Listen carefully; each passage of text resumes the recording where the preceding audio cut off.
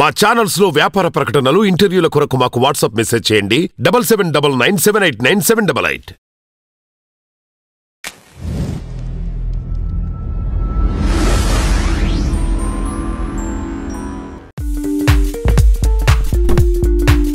Evening colic లేదా infantile colic అంటాము దీనిని.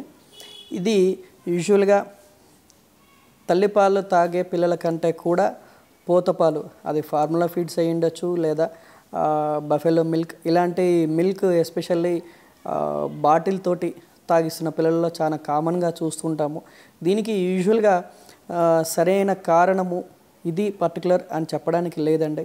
దీంట్లో evening colic or infantile colic అంటే ఇదే చెప్తుంటారు పేరెంట్స్ కూడా, సార్ ఎందుకు ఏడుస్తుందో తెలియట్లేదు, పాలు తాగిచ్చినా తాగట్లేదు, అటు ఇటు పక్కకి డైవర్ట్ చేసిన అంటే కన్సోల్ చేయడానికి ప్రయత్నం చేసినా కానీ ఆపకుండా అలానే ఏడుస్తూ ఉన్నారు. కనీసం 2 to 3 hours, ఒక్కొక్కసారి ఈవినింగ్ 5 o'clock స్టార్ట్ చేస్తే 7 o'clock అని, లేదా midnight 2 to 4 or early morning 6 to 7 ఇలా ఏడుస్తున్నారు అని.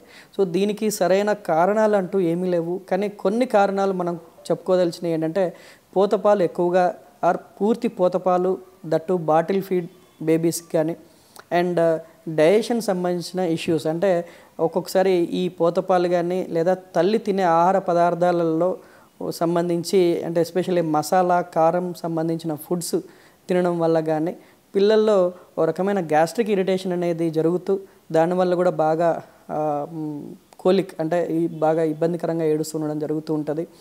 అండ్ మూడోది ఏంటంటే, ఇది ఎయిరోఫేజియా అంటాం. అంటే పాలు తాగేటప్పుడు కొంతమంది పిల్లలు ఎక్కువగా గాలి కూడా మింగుతూ ఉంటారు. దాని సంబంధించి మనం సరైన బర్పింగ్ అనేది చేయలేకపోవడం వల్ల కానీ, లేదా ఒక్కొక్కసారి రిఫ్లెక్స్ అంటాము, సరైన బర్పింగ్ చేసినా వాళ్ళ సెన్సిటివిటీని బట్టి పాలు అనేటివి కడుపులో నుండి కొద్దిగా గొంతు వరకే వచ్చి గొంతు మండుతూ ఉండడం వల్ల కానీ కూడా బాగా ఏడుస్తూ ఉంటారు. సో ఈ రెండింటిని మనము సరిగ్గా చూసుకోగలిగితే ఇది దాదాపుగా తగ్గిపోతుంటుంది.